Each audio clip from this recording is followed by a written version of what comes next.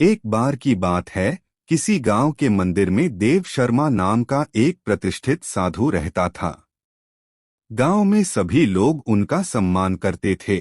उसे अपने भक्तों से दान में तरह तरह के वस्त्र, उपहार, खाद्य सामग्री और पैसे मिलते थे।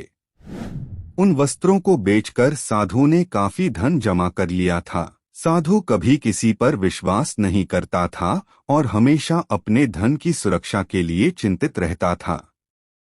वह अपने धन को एक पोटली में रखता था और उसे हमेशा अपने साथ लेकर ही चलता था। उसी गांव में एक ठग रहता था। बहुत दिनों से उसकी नजर साधु के धन पर थी।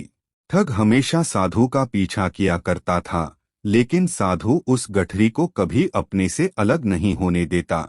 आखिरकार उस ठग ने एक छात्र का वेश धारण किया और उस साधु के पास गया। उसने साधु से मिन्नत की कि वह उसे अपना शिष्य बना ले, क्योंकि वह ज्ञान प्राप्त करना चाहता था। साधु तैयार हो गया और इस तरह से वह ठग साधु के साथ ही मंदिर में रहने लगा।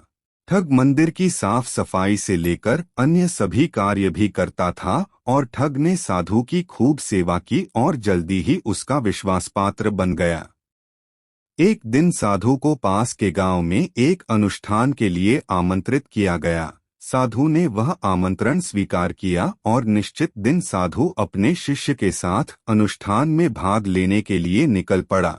रास्ते में एक नदी पड़ी और साधु ने स्नान करने की इच्छा व्यक्त की।